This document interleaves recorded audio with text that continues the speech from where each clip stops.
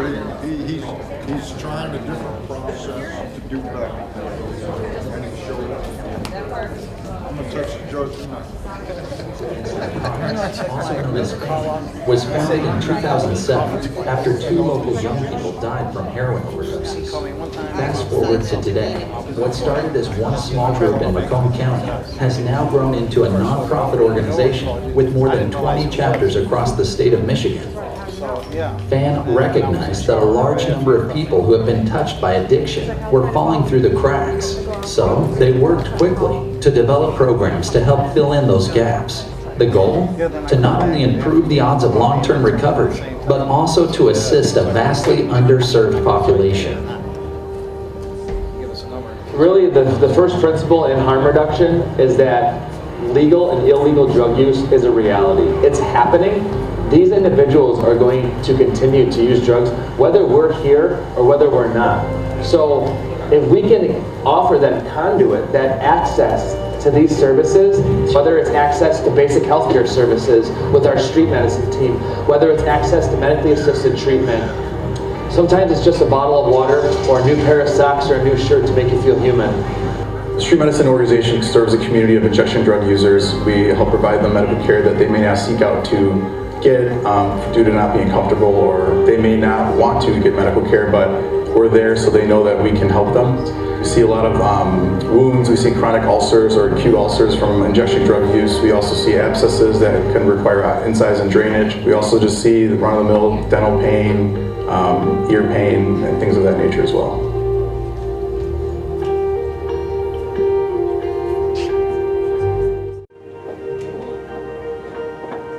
If we have an overdose in our city, it'll be recorded, and then we'll try to go out to that person within 72 hours and offer them some help. We actually have some hope to help people. You know, we're all human beings, no matter where you come from. Whether I'm wearing a uniform and somebody in front of me has been arrested and it's a result of their drug addiction, we need to do what we can do as human beings to help each other out. And I think most officers, especially this department, we feel that way. I was one of those people that thought they have a choice, you know, they made this choice, they're here because of themselves. Most people are usually pretty open to it because they don't want to be here. Truly, they don't want to be in this position. You know, this is something that they feel trapped in. When you can offer them a way out, you feel like you are actually helping them to move forward in their life and to just do better. And that's what we ultimately sign up for, is to help people.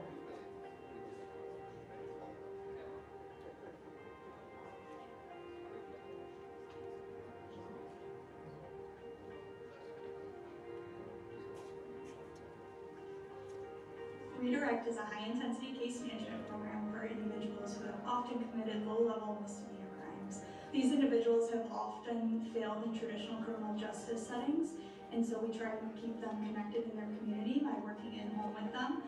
We provide them with social resources and support, and our program is focused on social connectedness. So redirect on certain crimes like retail frauds and simple possession, the officers are no longer making a custodial arrest. We don't arrest. We still take the police report, and then we tell the person that if they agree to go into treatment and be part of the redirect program and make their mandatory visits, the county prosecutor or the local agency or the county will deny the charges. So there will be no criminal charges from that event.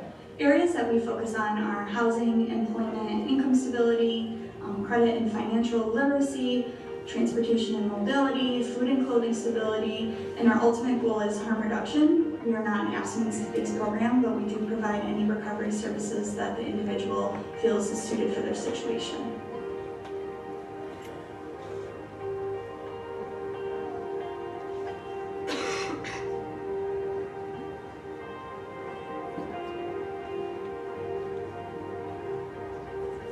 Handcuffs is an initiative that was started by Families Against Narcotics in an effort to change how law enforcement would interact with people struggling with drug addiction. The way that it works is a person struggling with addiction walks into a participating police department and asks for help. They're greeted with compassion, and then the person at the police department calls one of our trained community angels who can assist them in getting into treatment. This is not an epidemic of bad parenting, and it's not an epidemic of dumb teenage decisions, because we've all made some of those. This is an epidemic that was created by overprescribing of narcotics. We can help get people the medical care that they need and get them back to the lives that they had destined for themselves.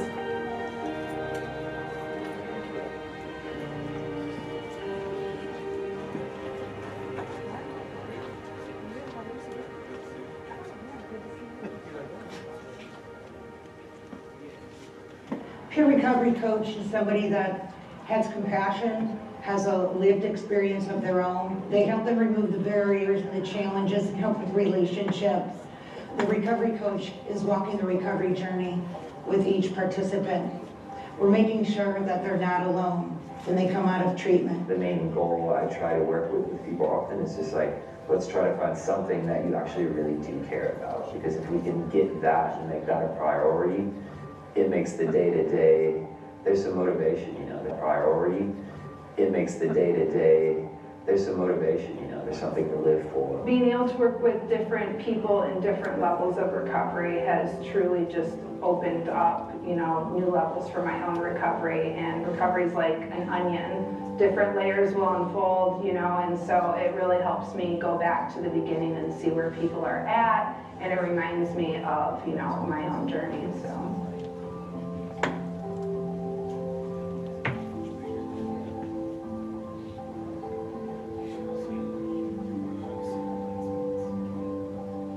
Every single day, we try and empower people in recovery, people that are struggling, and we've really tried to keep families at the forefront, because many of us that are working in these programs have been impacted by this and know what it feels like to be a family member that just doesn't know what to do, what it feels like to be a kid that's going through the chaos of this disease, and how empowering it can be once you kind of feel like you're not alone in this anymore. Family recovery coaching is somebody that has walked the path of watching their loved one suffer with addiction. Unfortunately, it's by experience that we've learned how to navigate the waters, and it's someone that can walk those scary moments with you and help you, a person realize that they can have a life again. And it was wonderful because she totally could relate to everything I said, you know, because she had been through it too. It was so much easier to talk to her and get the resources. Whether their loved one continues to suffer, whether they seek a treatment, or whether they lose that person. A lot of them I still keep in touch with because their life has become a part of my life now, and the concern for them and their family stays with me.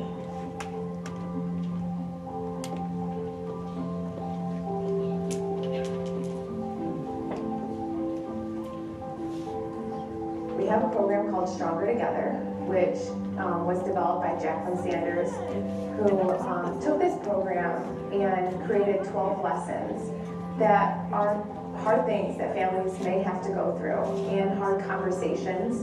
It really just helps families stay accountable with one another, but also to have that place that you know that you can go to once a week or once every 2 weeks and have people that are going through exactly what you are going through, and just have an opportunity to be able to talk about it and to be able to take something away from it. I can share my experience with somebody, and you know, you never know what little nugget that you're going to give somebody that can save their life, literally save their life. I've met many parents, including my own self, who at times have been literally at the end of their rope and ready to end it because we don't know what to do. There are so many people out here who are struggling, and if my story can help one person, I want to continue to do that. Stronger Together is a very good way to do that because it's a group setting. And as one of the facilitators, we kind of get to determine where the meeting goes and what we talk about and what we can share. You can see when they get it, when they make that connection and they realize that they are powerless over their loved one. I recover out loud. I'm done with the hiding. I'm not ashamed of my story. I'm not ashamed of my children's story. I just want everyone to feel this freedom.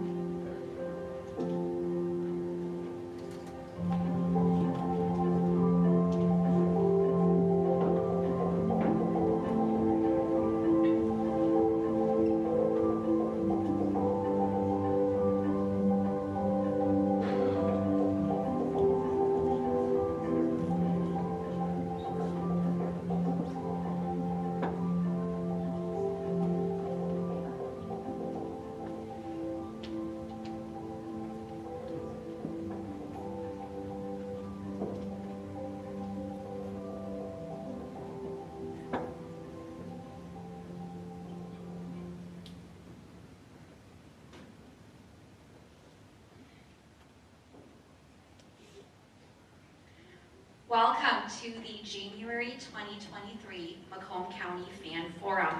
I'm Emma and I will be your host tonight. In a few minutes we will be doing mic pass so everyone will get a chance to introduce themselves.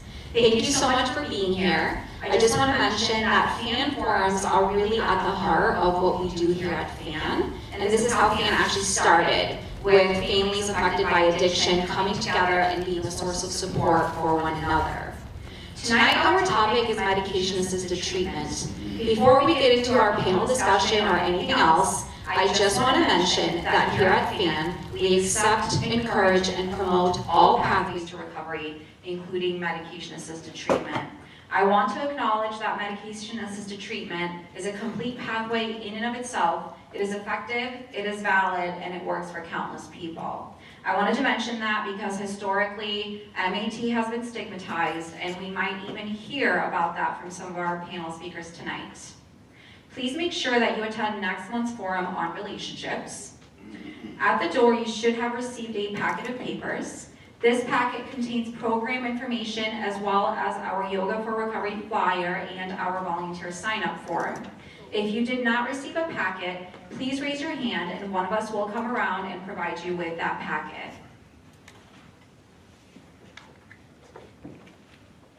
If you are interested in volunteering, please fill out the volunteer form and turn it in to our executive assistant Marie, who will be at the fan table in the back of the room. On the fan table, you will also find books you are welcome to check out and bring back whenever you are done. I want to say thank you to our staff who cooked dinner for us tonight. And at this point, I'm going to talk a little bit about our programs. So as you saw in the video, Hope Not Handcuffs is our placement program. If you or anyone you know is looking for assistance or seeking treatment, we encourage them to use our Hope Not Handcuffs program by either visiting a local police department or calling 833-202-HOPE. Stronger Together is an addiction support group for family and friends of those struggling with addiction. Stronger Together in Macomb meets every other Wednesday at the FAN office in Clinton Township. Meetings in other areas throughout the month and virtual meetings can be found online at familiesagainstnarcotics.org/strongertogether, or you can touch base with Marie at the end of the night.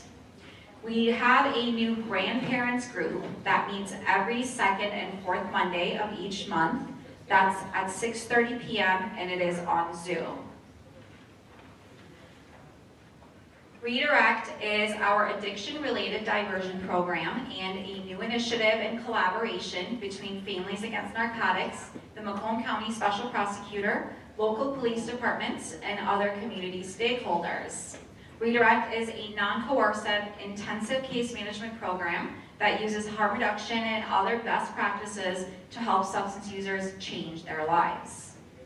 Family recovery coaching is available for families and it provides support and guidance to families who have a loved one struggling with addiction. Can we have all of our family recovery coaches who are here tonight please stand up?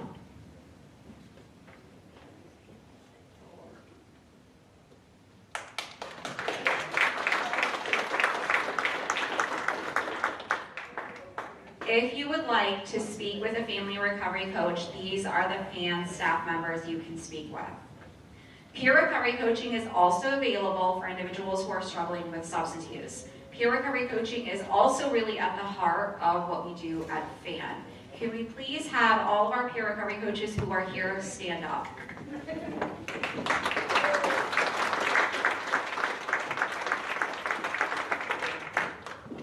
We also have a naloxone distribution program, and we think as an agency that it is very important that everyone carry Narcan. If anyone here needs Narcan or would like to participate in a Narcan training, FAN offers Narcan training several nights a week, both in person and virtually.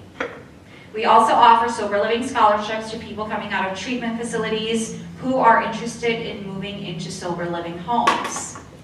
Finally, we are here to help. We know this process isn't always easy and it isn't always clear. Feel free to reach out to any FAN staff member who is here tonight to get connected to resources that fit your needs.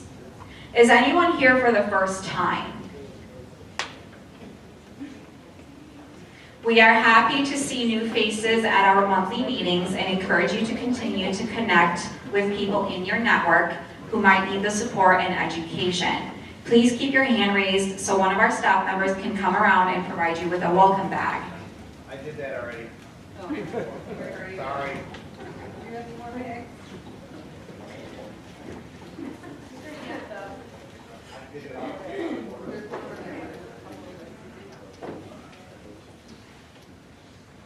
Okay, so there is one more thing we will do before moving on to our speaker panel. Typically at every FAN meeting, we pass the mic and do quick introductions. FAN is a safe place where we are here to support one another. We like to know what brings you to these meetings. If you want to quickly share your name and why this topic is important to you, and if you are in recovery, please let us know how long you have been in recovery, because here at FAN, we celebrate recovery time. And the other thing is we really want our FAN forums to be as interactive as possible. Also, please speak directly into the microphone so we can hear you.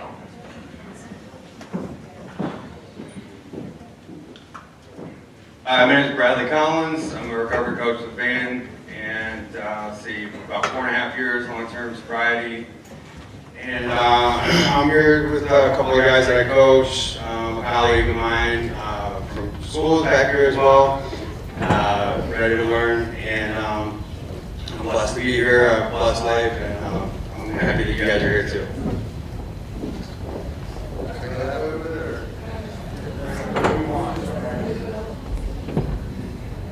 John, recovery head, clean from heroin for 8 years. Here to support Norwich, Chelsea. I'm Chelsea. I'm a person in recovery as well. I got a little over 2.5 years, part of the harmless team, and I'm here because I am one of the speakers.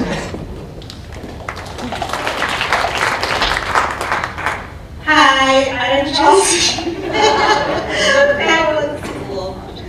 I am Chelsea as well. I am also in recovery. I've been in recovery for a little over 5 years, and I'm here to support Chelsea. And for a little over 5 years, and I'm here to support Chelsea and the rest of my coworkers as well. Hi, my name is Ariel. I'm the program coordinator for the harmless team here at FAN. I've been sober 5 years and counting, and I'm here to learn more about medicated assisted treatment because I've seen it work for several of my friends, and I'm excited to learn about how they're doing that. Hi, I'm Kate. I am the program assistant for the Rapid Overdose Response System, and I'm here to learn more about medicated assisted treatment. Hi, my name is Brett. I'm the IT administrator for FAN. I've been in recovery for 21 months now, and thanks. And I'm here to learn more about medically assisted treatment, how it's affecting our community. So. Hello, my name is Anthony. I am 2 years, 1 month, and 13 days clean. I work for Families Against Narcotics and Hold Not Handcuffs, and I'm here to support everyone here. Me.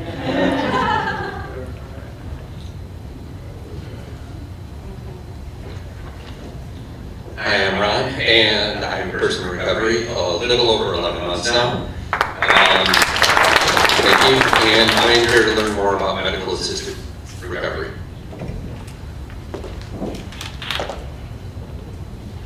Hello, my name is Mary Kay. I'm a 7 years practitioner and I work in a medically assisted treatment program with Dr. Gammon, so I'm here to support everybody. My name is Tim Gammons, and I'm here. I was asked to speak, which I'm very honored to do so. And my sobriety date is March 13th, 2010. Looking forward to talking, and that's about all I'll say. Hi, my name is Doreen Cahill. I'm clinical director at FAN, and I also have several family members who have been impacted by substance use disorder.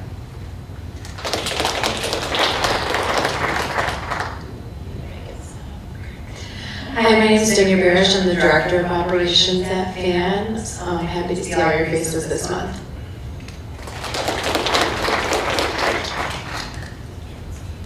Hi, my name is Annie.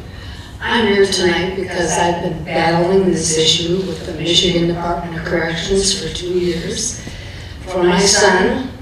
And, you know, there's always talk, and they're working on it.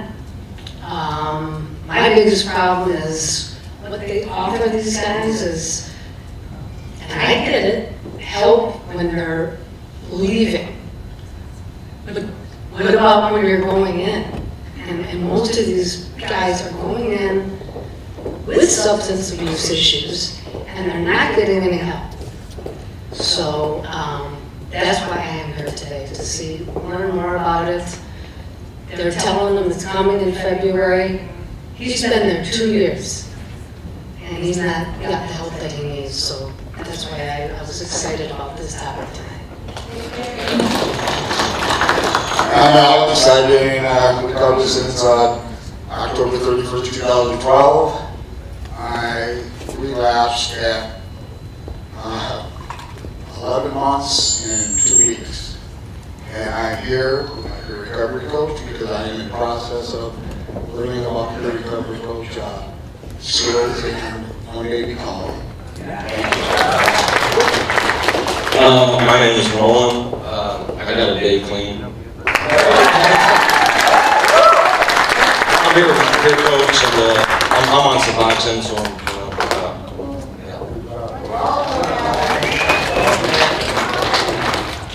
Hi, I'm Scott. I'm a peer recovery coach and overdose rescue trainer with Families Against Narcotics. I just recently got 10 years without alcohol. So if it's possible you can do it. I'd love to tell you how. Come and ask me how. And I'm here to sit next to this guy right here because he's doing great. Doing good. He's doing great. Hello everybody, my name is Sam. I'm a recovering alcoholic addict. Working on my second month now. Very happy about it, but I'll be even more happy when I can say 20 years and not 2 months. But I know with all the help that I have available, it'll be a little happy. So I have faith in that.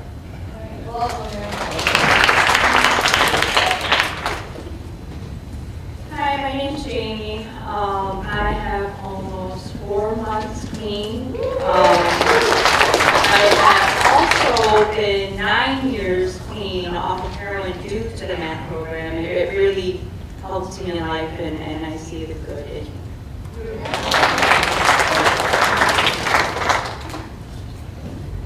I am Michelle, and I am in long-term recovery. I'm going on 17 years. And I just do 1 day at a time, though. 24 hours is all that matters. I'm there in long-term recovery. I got a little over 4 years. My name is Thomas. I'm a peer coach with Family Against Narcotics, 4 years. John Sharp, peer recovery coach, personal long-term recovery, member of the quick response team, paid 4,377. 7 days short of all.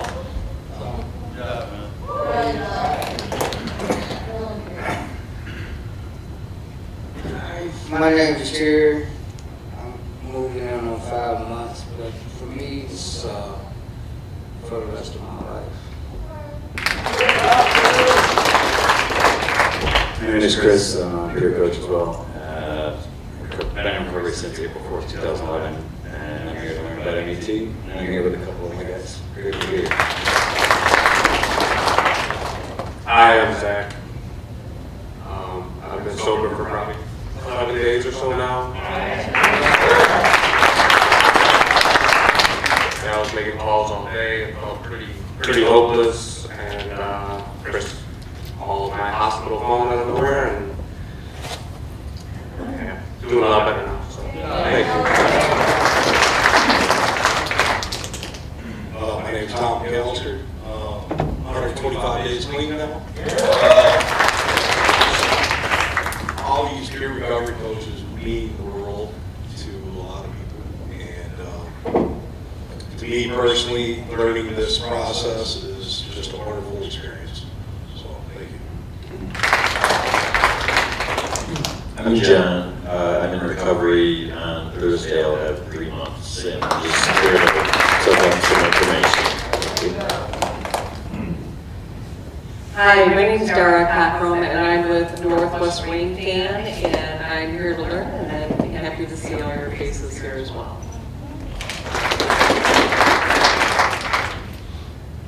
Hi, my name's Walt, and I got a little over 6 months, and it feels good. Hi, my name is Benny. It's my first meeting, and I'm here to learn more about FAN. My name is Alan. I'm the Director of Human Resources at Families Against Narcotics, and I'm just here to give love to everybody in my community. Thank you. My name is Brandon. I work with the homeless team, and I'm just here to learn about the MAT program and learn more about who it helps and all of that.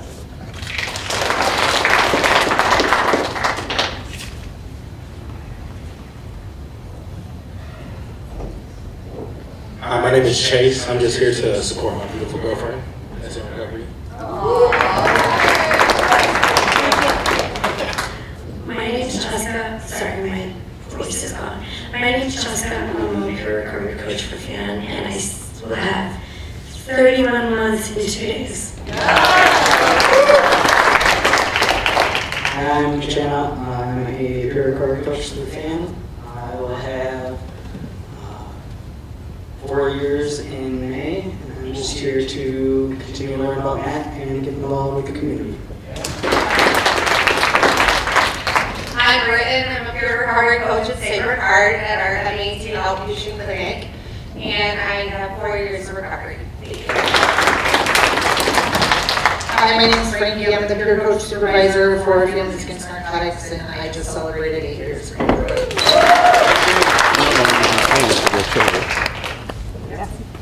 I'm Hannah. I'm a recovering addict. I have 6 months on 12. I'm Alicia. I'm a recovering addict, and I'm here to learn more about the MAT program. I have 3 months. Rodney Wolford, peer recovery coach here at FAN. 34 years clean. And I'm here. This is what we do in recovery, to become a part of and to see the process unfold. And the most important thing to me today here is why I came, is to see that guy get 1 day clean. My name is Nico. I'm a grateful recovering addict. 18 months clean. I'm Doug. I got 5 months clean. Russell, I got a year and 4 months. Joe, I got a little over 2 weeks. I'm Elijah. I got 32 days. I'm Jennifer. I'm a recovering alcoholic. I'll have 1 year on Friday.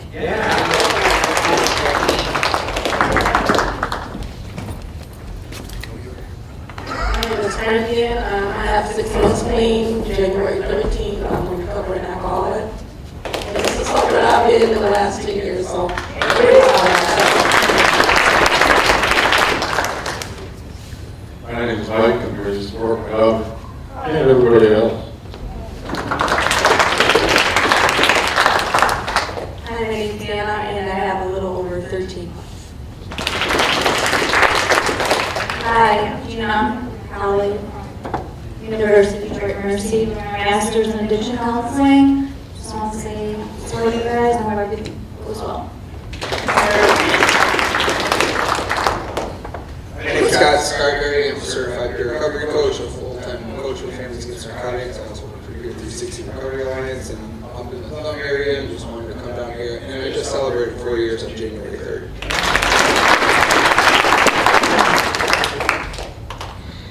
My name is Jessie, but my Scott is my dad.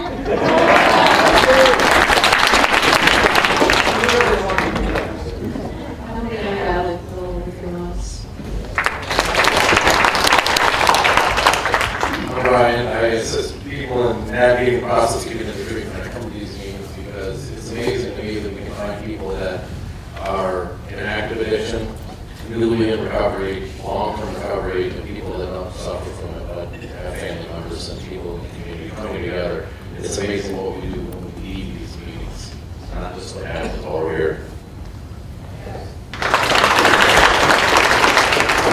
My name is Marie. I am executive secretary of FAN. I have a husband in recovery as well as a son. My name is Rick McGuffey. I'm one of the FAN's full-time peer recovery coaches. I'm a member of 3 quick response teams, and I work for treatment court downriver. This August will be 7 years for me.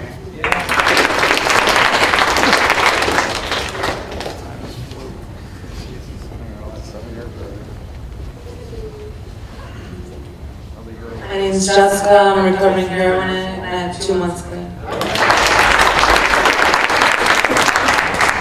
Hi, I'm Angie. I'm here with my daughter. I was invited by my family coach, Terry, and I'm happy to be here. My name is Trish. This is my first forum. I am also new to Stronger Together. And I started going there because of my son's abuse issues. His drugs of choice have been cocaine and heroin.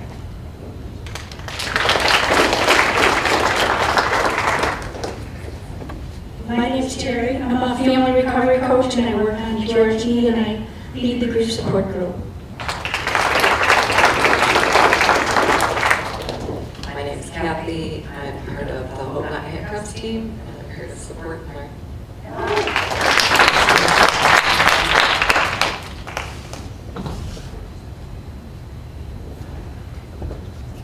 And I'm Emma, and I have been in recovery for 9 years, and I am a program coordinator at FAN. So our first speaker tonight is Dr. Timothy Gammons. Dr. Gammons has been practicing addiction medicine since he started his practice in 2003. His focus is on providing the highest quality, most empathetic care to individuals struggling with substance use disorder. His caring approach to providing medication-assisted treatment has likely saved many lives.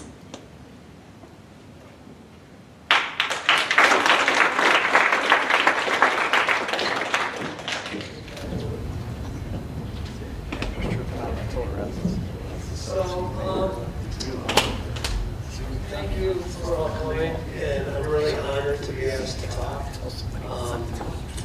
It's something that I think I'm qualified to talk about. Again, we've been in private practice. This is our 20th year, which makes me feel very old. Because when I started, I was a young doctor, and now I'm the old guy. But just to give you a little background, you know, I've been doing this 5-6 days a week for 20 years. And, you know, down in the trenches, down on the front lines, in the mud, with real people. And so clinically, you know, that hands-on experience has been very, very, very valuable. I mean, you can't do something 5-6 days a week, 10 hours a day for 20 years and not know pretty much every damn thing about it. So that being said, I still learn every day. I love working with our team. We've got 3 full-time doctors, nurse practitioners, peer coaches, and nurse care manager. They teach me things every day. They're so smart, so passionate. And our team, I'm just so privileged to work with them. In addition, I'm medical director at Eastwood's inpatient facility. So I work with a program director there that most of you know. I'll say her name, Gwendolyn Bamble. She's so smart. I actually did an in-service this morning. Today I'm like talking all day. So anyway, I've been sitting closer. Oh, sorry.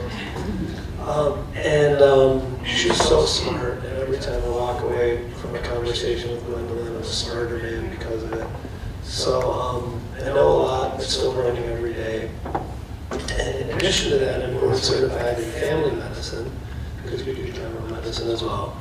And I'm also board certified in addiction medicine, and I have been before it actually was a board certified specialty. Before, way back in the day, that's like 2003, 2004, you could call yourself certified via examination in addiction, but it wasn't an official board. I mean, you take exams or CME courses, but only, I don't know the year, the time goes so fast, maybe 2010, it became an actual medical specialty. Okay, so I guess I'm saying that simply because, you know, I've got pretty strong opinions about these things.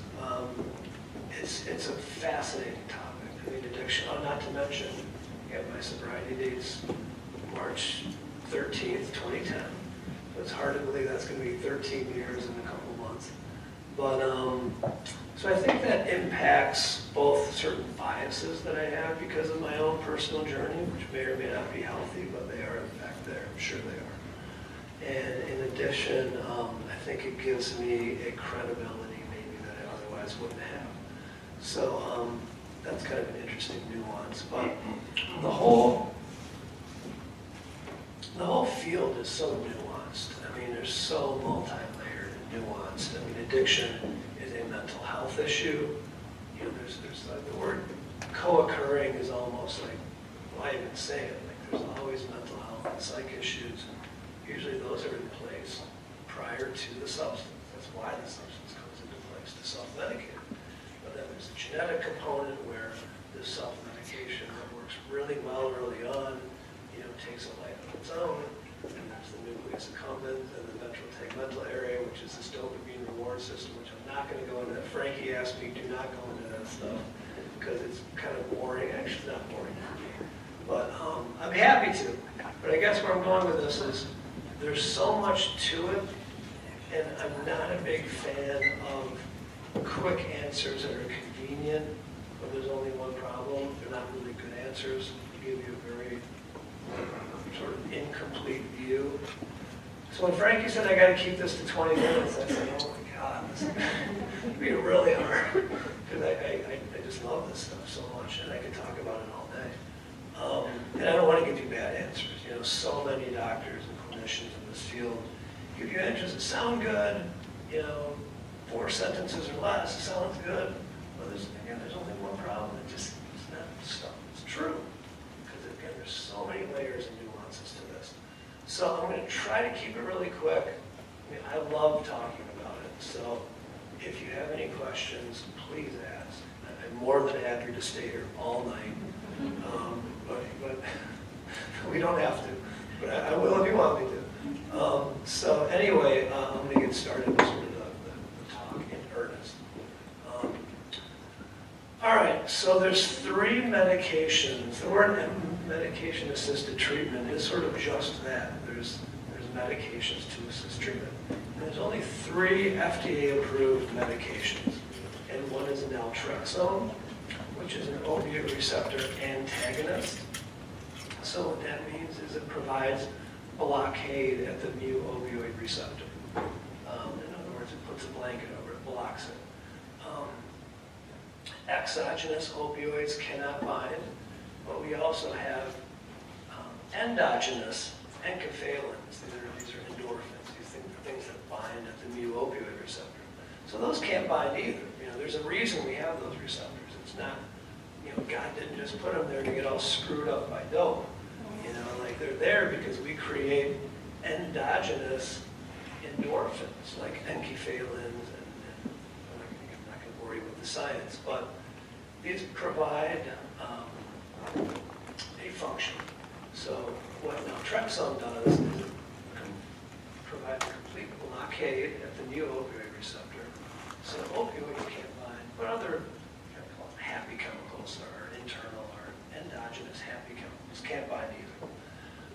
But that is one FDA-approved medication for opiate use disorder. The other one is methadone.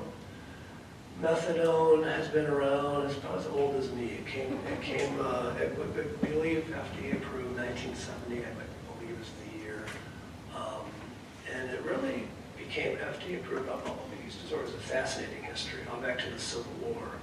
I mean, the opiate epidemic, frankly, is not new, it's just another cycle. Around the Civil War, morphine became available, and the hypodermic needle was invented.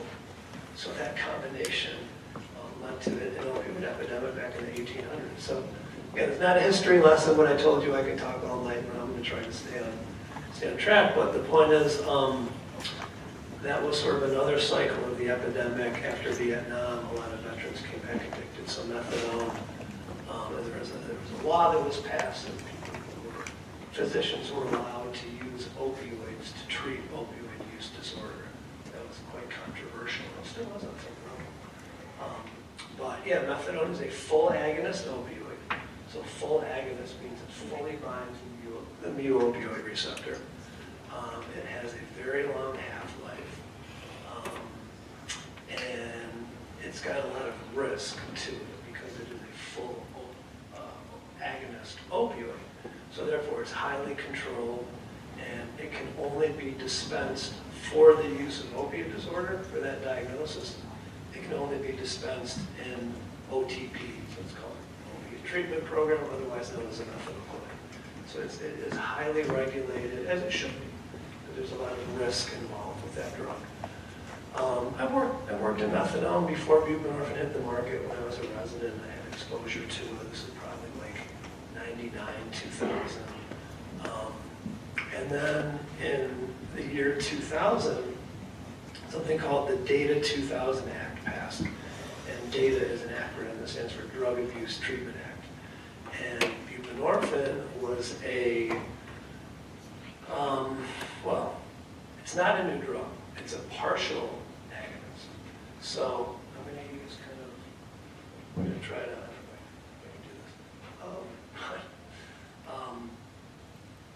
Can somebody hold it? Okay.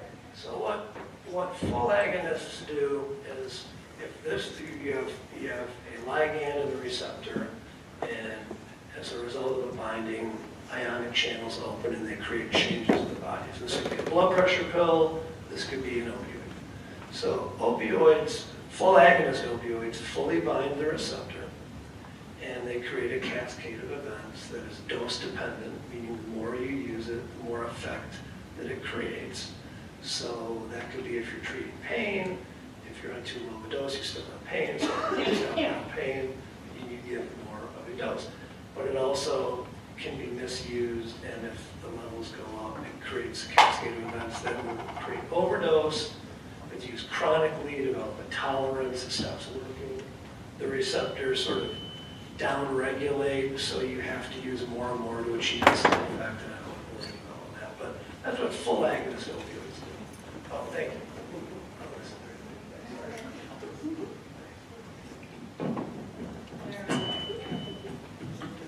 So that would describe methadone. It also describe your traditional illicit opiates of use. So that would describe heroin, it would describe hydrocodone, which is Vicodin, that's not thinking. For people my age, you remember Vicodin. Well, I know it's Norco. But it's hydrocodone, the actual drug. Oxycodone, which could be Percocet or Oxycontin. Dilaudid, these are all full agonist opioids. Now, what a partial agonist is, so this is buprenorphine. This is back to the Data 2000 Act. Buprenorphine was an old drug used for pain in the intramuscular form for years, more so in Europe than in the US, but that's shot form. It is dosed in micrograms because the bioavailability is quite high when you give a shot. So you have to use very low doses, and because it's an opioid, it creates pain relief. And because it's a partial agonist, it's a little safer. So it was a fairly popular drug, but it didn't have any bioavailability via the oral route. That was a limitation. You can't make a pill and have people swallow it. But it became used somewhere off-label to treat opiate addiction. And the advantages are that it's a partial agonist. So that means it doesn't fully bind into the receptor. It sort of hooks on to part of the receptor and it bounces in and out. And it bounces in with enough frequency that it creates changes in those ionic channels that treat withdrawal. So it bounces in with enough frequency that it's going to treat withdrawal. And of course it treats pain to some degree.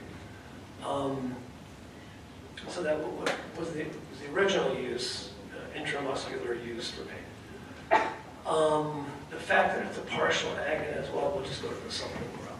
Sublingual, it's a sublingual drug, meaning you put it under your tongue and you let it melt. The bioavailability sublingually is quite poor.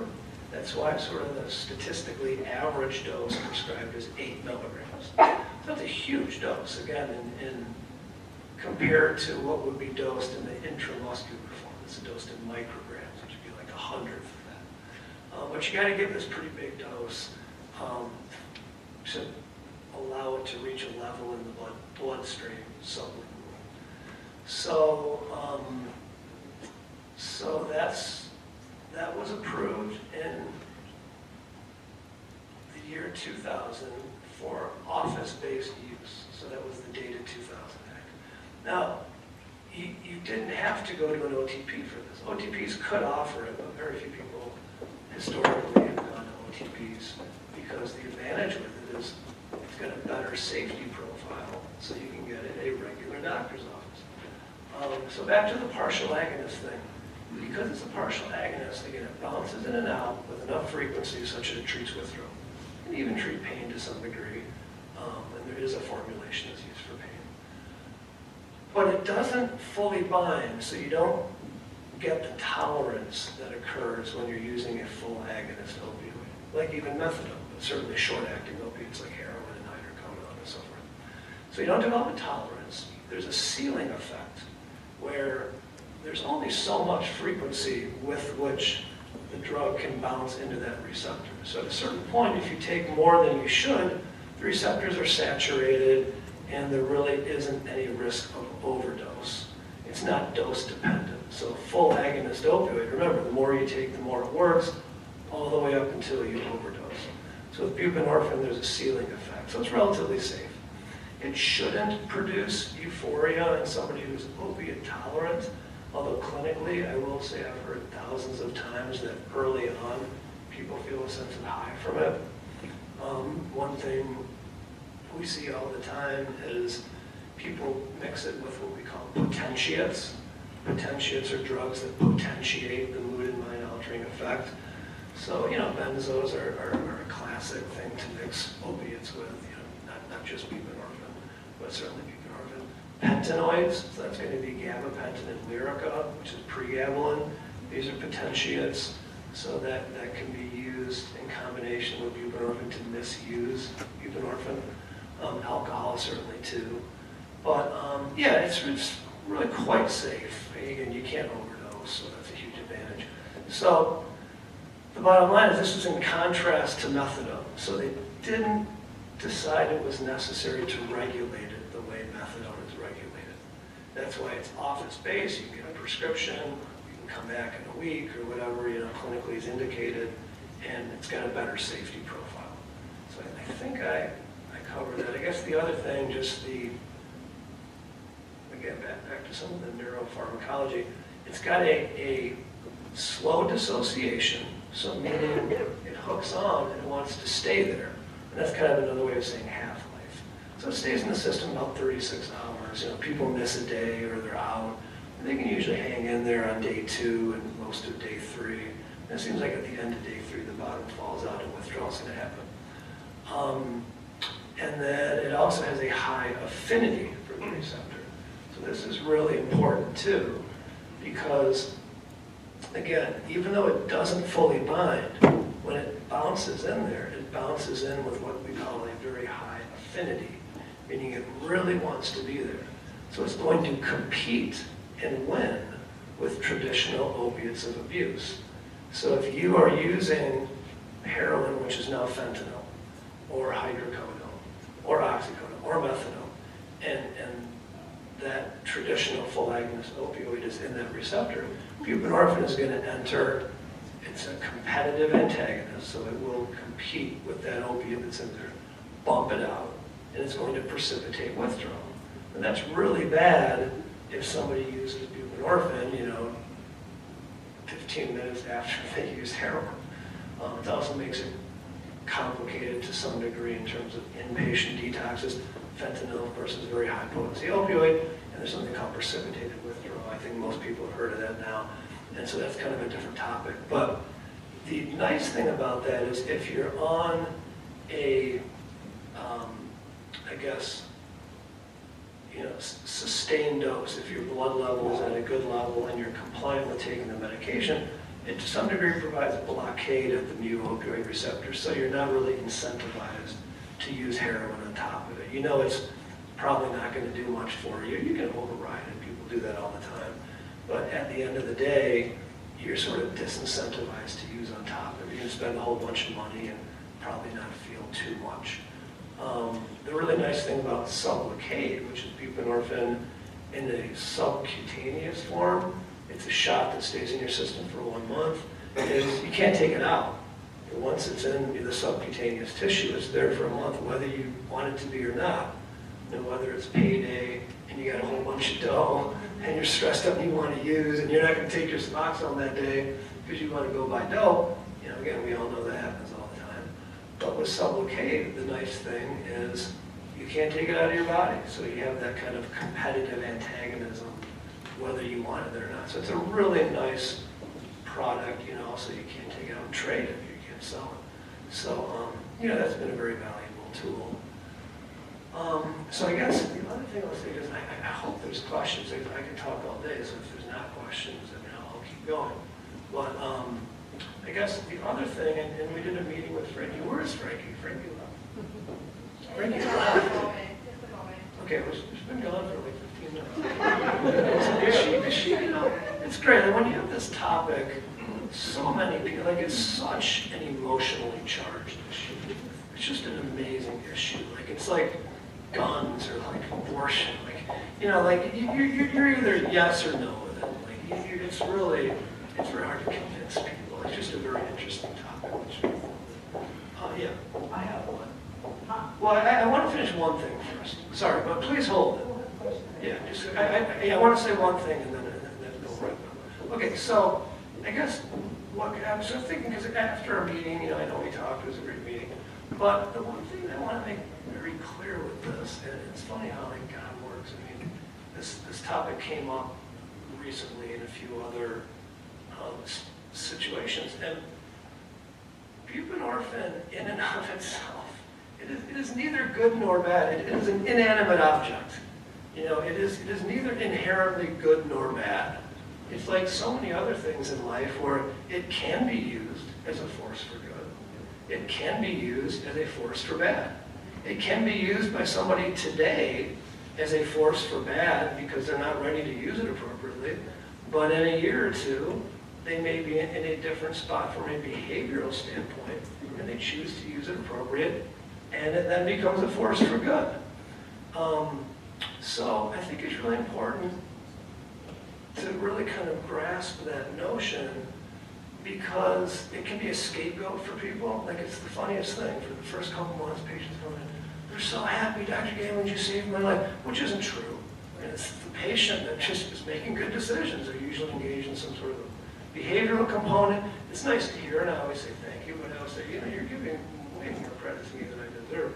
You're doing the stuff, and you have a lot to be proud of, and the one day at a time. But then there's this tipping point where, hey, all of a sudden I gotta come to this office every damn month, and then I gotta go to a pharmacy, and I'm like still on this thing. Like, I don't know. I thought this was good, but it's funny how time, like people forget how bad it is when you walk in the door that first. You're just beaten to a pulp by your addiction, and it's like. It's just, people, those things fade, and it's amazing how all of a sudden this becomes kind of a scapegoat for some people, and a convenient way to blame for the fact that they didn't get that job, and marriage is bad. So I'm not saying, these are generalizations, broad generalizations, but they've been doing this 20 years, down in the trenches, on the front lines. I've heard these things over and over and over again. You hear things, I'm just trading one for another. You're darn right you are. That's exactly what you're doing. Because you're walking in the door and you got needle marks all up and down your arm. You're broke. You weigh like 110 pounds. You are in the criminal justice system. You don't have any relationship with those closest to you because they don't like you because And you feel guilty about it, so you don't even like you. So yes, I mean, that's what addiction does to you. Like, it creates misery on time, all the time. Broke, depressed, anxiety. Like, it's just not good, right? So when you're doing, and that's because of heroin, and you're simply doing it just to treat withdrawal. Like, you're living that life, you're putting yourself through that lifestyle every day. Not because you're getting high and partying. I mean, that part of the dopamine reward system is long gone. You're just doing it to treat withdrawal and just avoid misery. So you're going to take that and say somehow, like, it's wrong to go to a doctor and get this drug that's a partial agonist, and if I choose to use it appropriately and combine it with behavioral health, that's a trait I shouldn't take. You know, again, that's an individual choice, but all those things are true. You know, it's very important. This is an opioid. This is not a blocker. My other doc told me it's a blocker. I know it's an opioid. I don't know where that word, because I've ever heard that word before, the blocker. Yeah, I don't know what, I mean, it's just, it falls under, like, doctors love saying things that are convenient, and it sounds good, and it gets the patient out of the office with a little smile on their face. No problem. Totally untrue. You know, there is competitive antagonism that provides some blockade, like I described. It's not a blocker. It's an opioid. It's a partial agonist opioid. When you stop it, you will withdraw.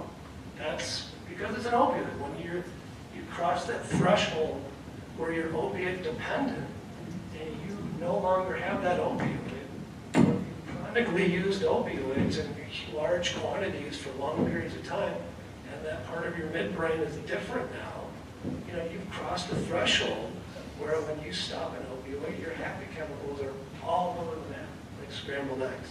There's nothing anyone can do about that. And that's going to be the case whether you stop the opiate as heroin, or methadone, or hydrocodone, or oxycodone, or buprenorphine. I mean, this is one of my favorites too. But doc, the withdrawals from Suboxone, that's way worse when I was coming off dope.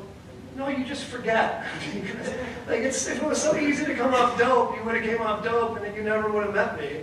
You would have been off dope, because you wouldn't have needed Suboxone. It's this fun thing that we like to play as humans. It's human nature. We say these things because it kind of gets us off the hook a little bit. And we have something to blame, and we don't want to really be accountable and face the reality. And that's just kind of where this goes. So, you know, people do stop. People do. There's no doubt people can stop opioids. It is not impossible. Yeah, when I was at Eastwood, I just had this conversation with somebody. My experience is if you realistically want an abstinence-based model, you got to be extraordinarily compliant with aftercare. You got to go like this. Again, a lot of you guys know this guy, but I won't say his name. I was hoping he'd show up today. Great guy, a very good friend of mine. But he was then using the criminal justice system, deep in the criminal justice system with felonies, and he was 10.5 months in sober living. It was court for the first 6 months. He's like, I'm just going through the motions. The minute I get off paper, I'm going to use a dope. But something changed at 6 months. He was required to be, required, but if he didn't stay in treatment, he'd go to prison. And these are like felonies, so like long term. So he stayed, and like over time, you know, he just self-reflected. And then afterward, he went to residential sober living. So he's like stepped down to resident, and then there's a lot of meetings, and now I think he's got 7 years. So this is a guy that was like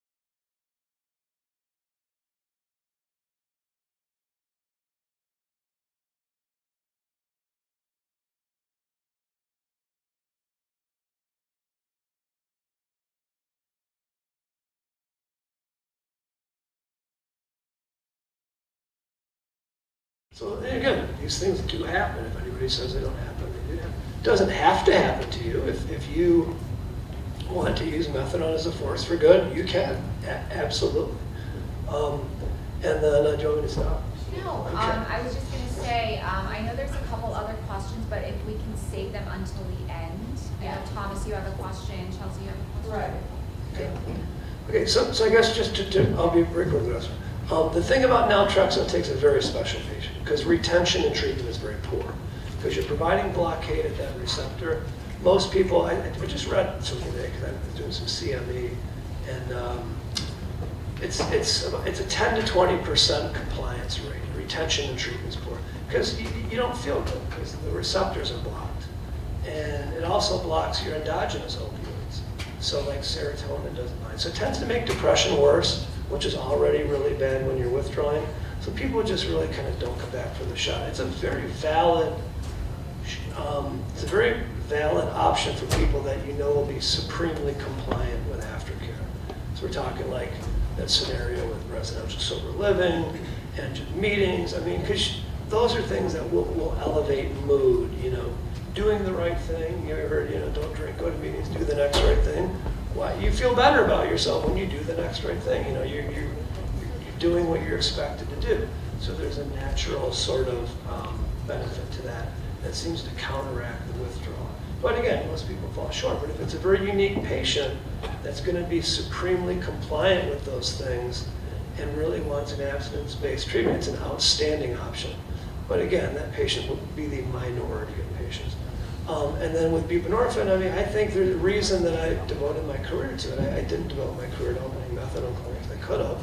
But just in my heart, really, didn't see it used as a force for good as much as buprenorphine. I think the partial agonist effects, the safety profile, I think it just offers advantages. The idea that if you're stable, it's a once-a-month thing. Makes it very easy to be a mom, a dad, a baseball coach for your kid, hold the job, get promotions. It's just very convenient. It offers advantages.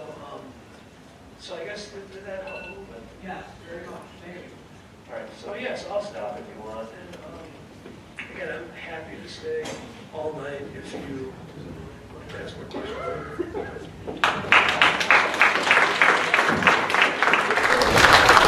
Thank you so much, Dr. Gamons. I think that information and your insight and experience was incredibly valuable, and we really appreciate it. Our next speaker is Brad Collins. Brad is a peer recovery coach at FAN, as well as a person in long-term recovery. Brad's pathway is medication-assisted treatment, and he will now share his story with us.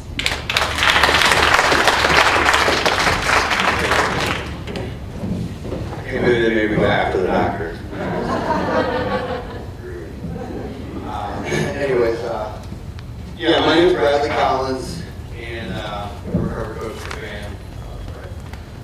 And I actually am very familiar with you, Dr. Gamons, because I spent more time in your parking lot than I think probably most people have taken my guys for their medical appointments. But you're the guy in the community, I know that. So I appreciate what you do for them. And I've been on methadone, I've been to methadone clinics and on Suboxone, and I'll get into that in a few minutes. But I'll start with a little anecdotal story. About 10 years ago, I was on 7th Avenue in Ybor City, Florida, begging for change. And I went up to two girls that were standing outside of a nightclub in a long line. There was a large group of people out there, probably 2-3 dozen. And I asked them for change, and one of the girls turned around and screamed at me that I had cracked teeth. And the whole crowd turned around and looked at me, and my world shrunk to a little pinpoint as it recoiled in horror and embarrassment. But that wasn't the sad part. The sad part was that she was right. And I tell that story because that wasn't always the case. I didn't grow up in that place. I didn't know people that smoked crack or did heroin or took pills. I was a military brat. I did move around a lot, but that was the side of the world that I was innocent to and naive to.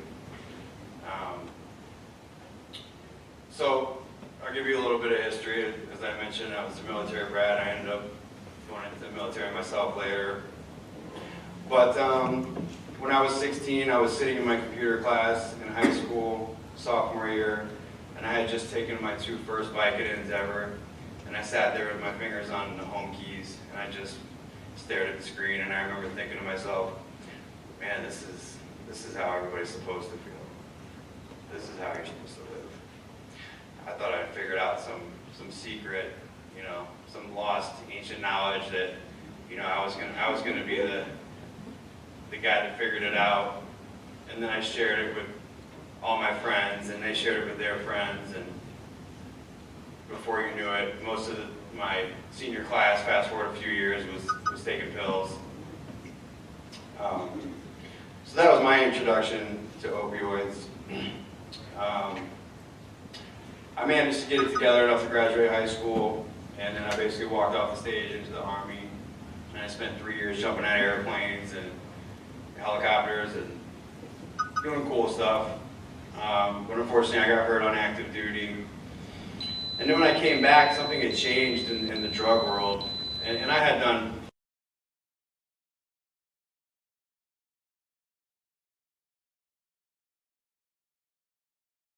something had changed, and what had changed was there were pain clinics now everywhere.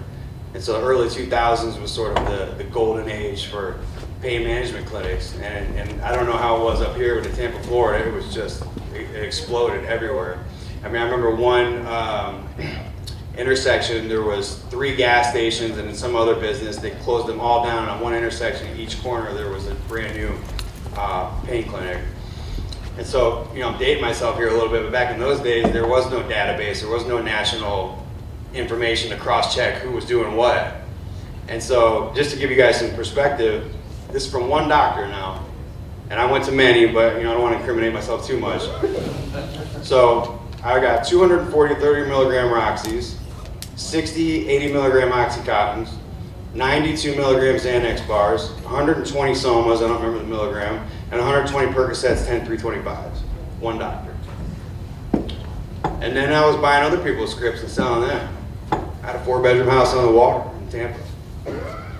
Ironically enough, I lost it all once I started smoking crack, but you know, what are you gonna do? So, okay, let's see where I'm at here. So, okay, so on to the MAT. You know, I struggled for the better part of 20 years. You know, I had a couple years in the Army where I was sort of sober. I'd be sneaking away on long weekends, doing ecstasy and, you know, shooting pills and doing that kind of stuff. But intermittently, I had some sobriety. But most of those times were when I was doing the medication-assisted treatment, because for me, the withdrawal, I just could not handle it. It was just absolutely, I mean, a lot of you guys are not guys, you know, terrible. And I think some of us are worse than others, and that's not to downplay anybody's pain at all, but I just, for whatever reason, it's just, you know, I couldn't handle it. I just could not do it without something. And so my first experience with medication-assisted treatment was with methadone clinic, and that was also in Tampa.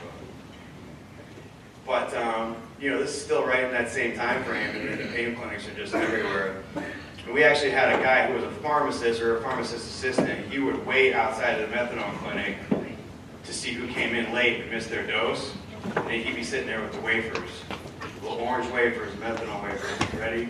Because he knew we couldn't help it. We had to. And never forget that. Let's see. Let me tell you about the methadone clinic. So, clinic every day. You know, back then, I think they were just starting take-homes, and obviously this is Florida, so I don't know, maybe it was different, but generally speaking, it was an everyday thing, except Sunday. You would get a take-home for Sunday. And then drug test twice a week.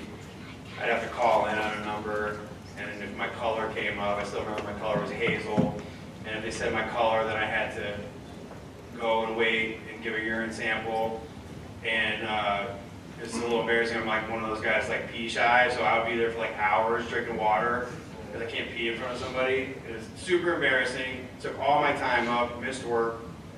So you know that works for some people, but you know, like I said, it's just my experience. But actually the thing that made me leave there was the environment of that particular methadone clinic. There was so much drug use going on in the parking lot that I just couldn't hold it together. I mean, I was trying to do Roxy's while I was on the methadone. I was wasting my money, you know, sort of like Dr. Gammons alluded to. And then, you know, even smoking weed would get you your take-homes taken away, and you know, the guy I was riding with there was smoking pot, so you know, that didn't really work out for me. So I did that for 2 or 3 years, sort of on and off, and then I just fell off completely and went back to, you know, drugging and selling and all the other things in between. Later on, I did try Suboxone right before I moved up here. So that was about 10 years ago. And actually my first go at it, it didn't pan out. It didn't work for me. I was, you know, trying to not take my dose one day and then trying to double it up the next day, you know, thinking I was clever. And you know, you get a little bit of something out of it in terms of a buzz, but nothing comparable to like any short-acting like heroin or oxys or anything like that. But you know, it was just drug-seeking behavior. I still had I was mentally still an addict, you know, a person with a substance use disorder, because I hadn't changed my thinking. I hadn't changed the way that I was working things out in the world and how I viewed things. And you know, a lot of the time I was, you know, playing the victim, and you know, that was part of a problem that I had to work out in therapy, and I'll talk about that as well, which is, you know, the importance of supportive care. But it was easier for me to maintain my life in terms of the time frame, because I didn't have to go and job every day, and the clinic did not have the atmosphere. You know, the environment wasn't as volatile for me as the other place. And then when I came up here, I stayed on Suboxone, but I started getting it from the VA. And that was a game changer, because then I got the supportive care. I got a psychologist, a psychiatrist, and I still struggled. I did intensive outpatient care back to back a couple times, and but the overall experience for me, not just on the environment and the facility, but you know, not having to go every single day, and then not spending time around other people that really weren't trying, or you know, that was my experience at the other facility for the method. Let me see here in my notes.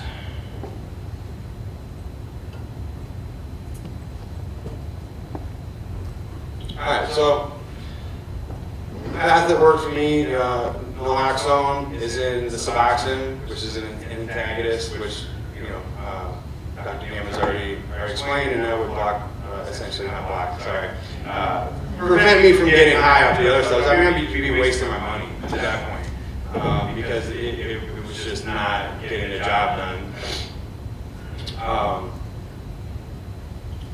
But also my fear of relapse went down, and I noticed that I wasn't scared that I was going to overdose, and I wasn't scared of the withdrawals, which terrified me. And then I slowly came into a place where I realized, okay, this, you know, if I can just change my behavior and keep taking it as prescribed, I could actually probably make something of my life. And that's exactly what I did. I stopped messing around, and I started making good choices, and I started doing the supportive care things that, you know, most people will tell you is the game changer. Because just taking the medication and not doing all the outside work, it's not a game plan. It's just the clock's ticking before you fail again. So that was my path. I had trial and errors, and but the way I've been doing it now, I've been doing it for about 10 years, where I have a specific amount I take a day. That's what I take. I go to the doctor in person 1 month, the next month I do it virtually. So one in-person visit every 2 months. And that's about the extent of the inconvenience to me, which I don't even consider that, because I have a great relationship with my doctors. So in terms of the comparison between the methadone and the Suboxone worked for me, but the answer is whatever's right for you is whatever works. And it's so that's not for me. You know, guys ask me all the time, my answer is talk to your doctor, man. Like, that's outside my pay grade. You know, I can tell you my experience, but it would be, I'd be crossing the line to tell you, like, you should do this, this, or this with medication and that kind of thing. And I think that we can all, you know, learn something from that by not doing it. So where am I at now? Let's see. So in 2018, I decided to go to college, to go back to school. I was able to get my associate's degree somehow in the midst of all that chaos. And I was trying to decide what I wanted to do, and I was thinking to myself, like, I have like 20 years of experience doing drugs, maybe that would be a good idea, like, you know, trying to do something in that realm. So go figure. So I went to the University of Detroit Mercy, where I got my bachelor's degree in addiction studies, and I graduated in December 2020. And so actually a funny story about that, and then I'll wrap. But we had a guest speaker in one of my addiction classes. It was an Angel. He's not with us anymore, but he came in and gave a talk, and I had never heard of a FAN before. I'd never heard of open eye handcuffs, and that's how I got introduced. And then I went and did the Angel training, and I started doing that, and then I realized, you know, oh wow, I could probably be a coach, and that's how that worked out. But now let's see. So. And then, let's see, I did 2 years now of being a coach since I got my bachelor's degree. And I could not think of a better thing to have done and a better company to have worked for during that time. And now I've actually just started my first semester doing my master's in addiction counseling as well. That's all I got to say.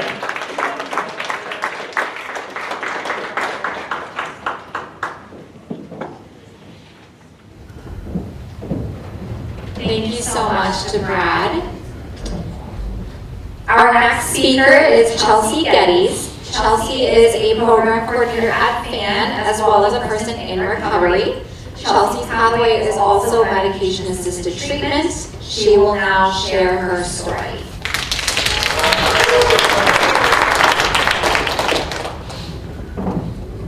Hi everyone, I'm Chelsea. As she said, I work for Harmless. I've been here for actually like right at a year. I'm pretty sure today's my anniversary. I've been in recovery for, I just figured out, 31 months. And before that, so my chosen pathway of that is methadone. I did attempt every other possible way to get sober.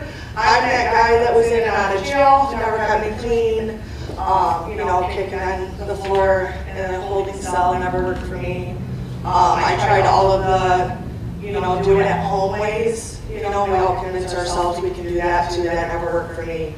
Methadone at the beginning does suck because you have to go every day. But I needed a place that was going to be structured. I needed to go there every day to prove that this is what I needed. I needed a doctor to tell me exactly how much to go up, how much to take. I'm an addict at its extreme. Some of us are worse than others. And I'll overdo anything I do. So I started on methadone when I was pregnant with my first daughter in 2015. I got pregnant late 2014. So in January of 2015, I was still very actively using heroin. And the information then was methadone when you were pregnant. To be honest with you, I knew very little about it. I was just super desperate. I was pregnant, and that was like that rock bottom that you say you never will hit, and then you hit it and you keep pushing. So I started on methadone, and it did. It got me clean, you know, without using, long enough to give birth to my daughter, who was born heavily addicted to opiates. And then I fought the CPS case, and I was able to be that part of her life as her mother 9 months after giving birth. So she was born in May. So I was able to go home whenever that is, February. And I did really good for a really long time. My daughter was my whole life. It was everything I wanted to be was a mother. I kept her with me 24 hours a day. My husband was already sober for about a year and a half at that point. And I had what I thought was enough to keep me sober. I thought, like, this is what it's supposed to be. This is what my life's supposed to look like. I was happy. We had good jobs. We had good money. We had a roof. We had nice cars. I had a beautiful, healthy baby girl. But I just couldn't get a grasp on it. I would dabble, and then, you know, when the husband started asking questions, I'd stop, or when the doctor started asking questions about dirty drug tests, I'd clean up. I never really got many take-homes because they would always get taken. I would get like a couple and then they'd get taken for, you know, positive drug screens. Fast forward, I ended up giving birth to my son during one of my sober spurts. Thank God he was born very healthy. I was still on methadone.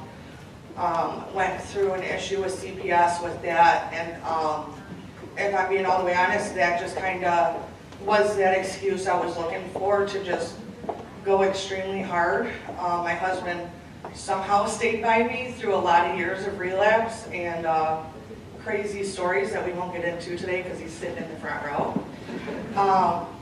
But he stuck by my side, and eventually I decided, with a little push from my probation officer and husband, to go to treatment, though I didn't really think I was going to get sober. I was still on methadone. They never kicked me out. They always kind of stayed by me.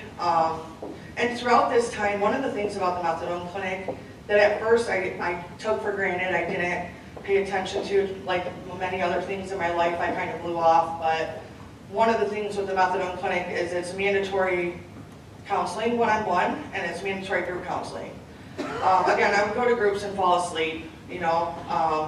I would go to one-on-ones and tell him how I'm sober, and then he's looking at my drug screens and telling me I'm not sober. But I would fight that. So then I go to treatment, still on methadone. They dose me at the treatment center. And for some reason, some people came in from one of the 12-step programs, and it was like the first time in my life that I actually thought that I could do it.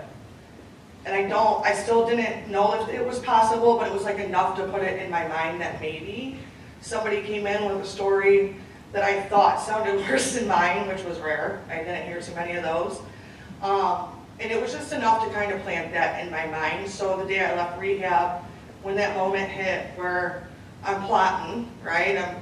What lie am I going to tell? And where am I going to go? And who am I going to call? I just, for whatever reason, blurted out mid-sentence that I needed to go to an AA meeting. Pretty sure my husband thought I lost my mind. Because up until that point, I was like, "The people are crazy. It's not going to work. I've done too much therapy." But I realized that I never really gave any of that a chance. I went to that meeting. As soon as I said it, I regretted it, not going to lie to you. But I had to now because, you know, now we're on our way there. And this was in the middle of COVID, so I got sober literally in June of 2020. So this is like beginning of COVID. But I went to this meeting, and I realized that it's, you know, old, young, all different, black, white, men, women, and they all think like me. So like I would say, I went there saying like the craziest stories I could think of, or like trying to act a certain way, because I figured if they were mean to me, then I could just blame that, right? And like go back to what I was comfortable with. Because like I'm comfortable with chaos. I know that life. For 15 years I lived that life. That lying, that hustle, that shooting moves, I knew that. But I went there and like the people that I thought wouldn't understand me understood me the most. So I guess it just gave me like enough to actually try. Because I was still on methadone, I went back to my clinic after I got out of treatment. And for the first time, I was honest with my counselor, like for the first time ever. I went to the groups and I shared honestly where I was at, no matter what that was, if it sounded good, if it was embarrassing. And it's really helped me a lot. I decided to start working within the community. So I worked for a different recovery community organization in the area first, and that kind of got, you know, my foot in the door and just understanding what this is like. Because before treatment, I didn't know about any of this. I knew about Macomb and Oakland County jails. That was it. And that's like, you know what I mean? Like I went to AA there just to get out of myself. So I really just kind of like delved into it to better understand it. I can tell you that the fellowship for me has probably been the biggest push, but that I know for a fact that methadone has been there by my side to get me through it. Much like you said, I know myself well enough, I wouldn't have went through withdrawal. However, this for me is, I'm on my way, I'm weaning off of methadone. This is not something that I plan on, I don't have to do it for any medical reason. I'm not in pain. It was simply a tool that I was planning to use to get off of drugs. I got a solid foundation. I got a couple therapists. I go to groups, I go to AA, I go to BioWin groups, methadone groups. I work in the field. I have surrounded myself with people in recovery and people that are what I view as stronger than me, and that love me and support me to get me through those hard days. I wish it was like sunshine and roses the second I decided to stop using, but it's not. Some days are hard, some days aren't. But I do wake up every day blessed. I still consider myself very much in recovery, even though I've been on methadone this whole time. I've completely changed my life around. I'm a mother to 2 very spunky children that keep me on my toes. I can show up as a wife today. I show up as a friend today. I show up as an employee today. I promise you, if you guys knew me 3 years ago, you could not have said any of those things. And I can show up in the community. So I'm really grateful for that. I'm grateful that there's a lot of different pathways. And I think the biggest thing I want anybody to take out of this is, much like Brad said, there's no one way that works for everybody. What works for me might not work for you, and what works for Brad might not work for you. I think we all know ourselves, and a big part of it is making that decision. You have to make that choice and then stick to it, because it's not easy. You got to work for it, and you got to put just as much effort towards it. But I promise you, it's worth it, because this life today is beyond my wildest dreams. So thank you guys for letting me speak tonight.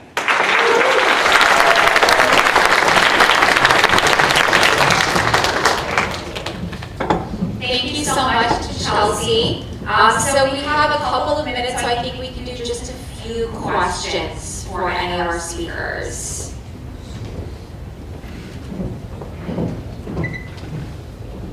Sorry, Dr. Game. Can you speak to why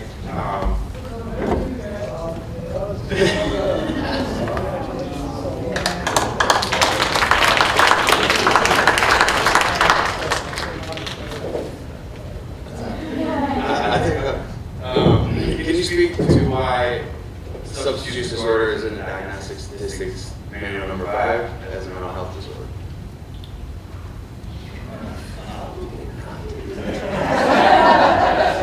Anything to do with that stuff, and I've met in the university, publishing articles, and I'm just a down in the trenches guy. Yeah. I guess the one thing I will say, though, if you could, is the mental health issue, again, those of us who are down in the trenches, view this as primary mental health. This co-occurring thing, I think will fade away at some point, because what you said, it's exactly as I'll never forget my first beer. And I was 15, I remember where I was. So this is how this is supposed to be. This is I've never, it's like magic. It's the same thing. So I guess anxiety is a quite a different disease. Just fear of this thing called fear of being me. Just the way I was. I was different. And this is something that I didn't have. Okay, I guess, but not as good as everybody else. But that gave me the sense I'm okay. So anyway, so maybe that's to some degree why it's in the because I think mental health isn't the core. Why do we use something? There's a reward. There's a reward. But because I was born, it's not like I was even born that way. Never been born with me. There's a genetic predisposition for me too. So the point is, for us, it's different. It takes on a life of its own. But anyway, sorry. Couldn't resist because I was similar to what you said. Thank you. And I think you were referring to Suboxone as a partial agonist, is that correct? Yeah. Now, is that because the buprenorphine is a full agonist and then the naloxone is an antagonist?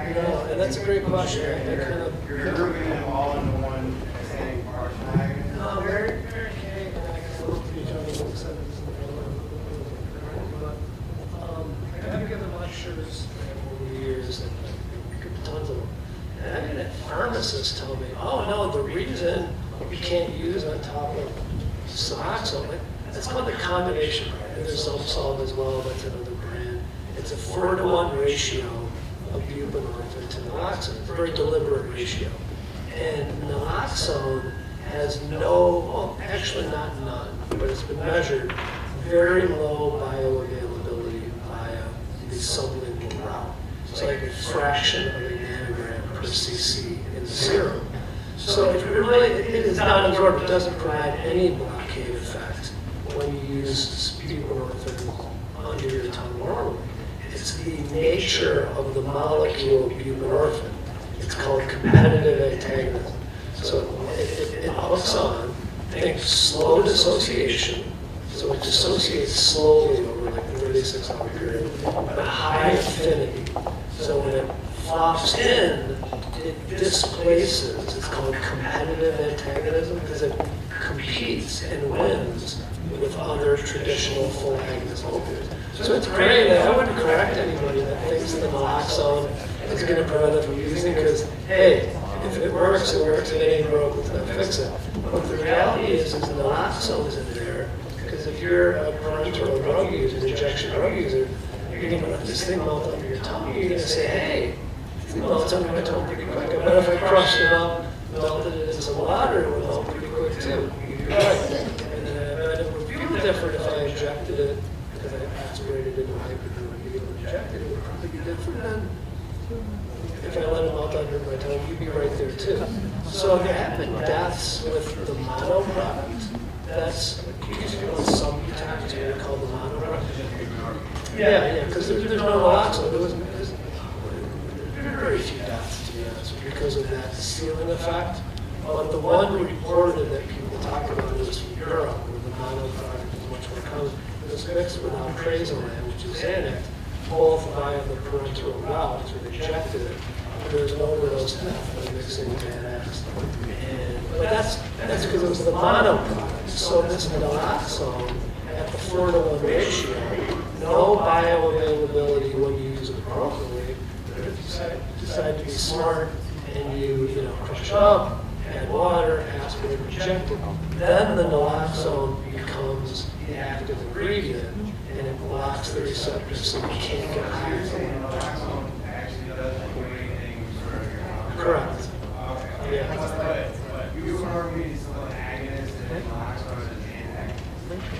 Yes, correct. Naloxone in and of itself, it's very close to naltrexone, so that's what Vivitrol is, and it provides blockade. You can think of it as pretty much the same. Naloxone is in kits, right? We use it to reverse overdose. So yes, it's an antagonist, like it blocks, it displaces, but not via the sublingual route. That's why the kits, you don't melt under your tongue. So the reason people say it blocks is competitive between short acting and long acting. You're a pharmacist. The affinity. Oh, you do. You're a smart guy. The smartest guys I've talked to all day. Your stories are really sad. Yours too, Chelsea. But anyway, that is yes. So you're right. It's think slow dissociation. So that's all I tell you. Take it 3 times a day. Like you use short acting on heroin. You use some. Slow dissociation from the receptor, it's hooked on there for a while, and high affinity, meaning it really wants to be in there to the point where it displays other stuff. Is it steady or is it bouncy? You were saying about bouncy. I mean, I say it bounces, it flops, it just flops in and out. It's really exactly what it does. Again, it hooks on each part of it. And I guess, not to get really down. So there's called a kappa opioid receptor. Mu opioid receptor is responsible for the euphoric effect.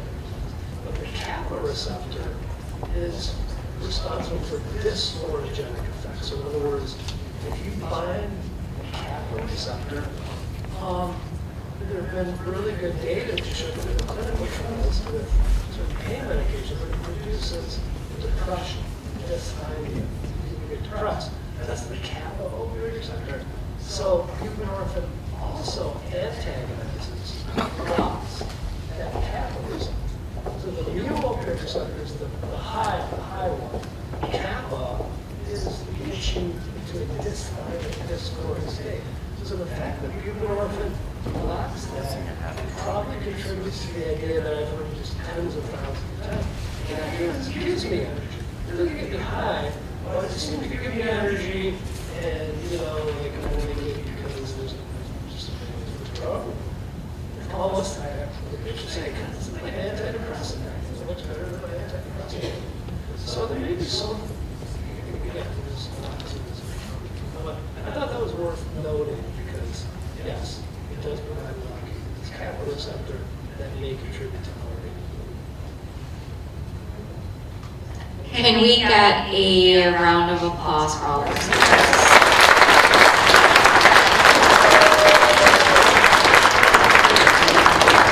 Thank you so much.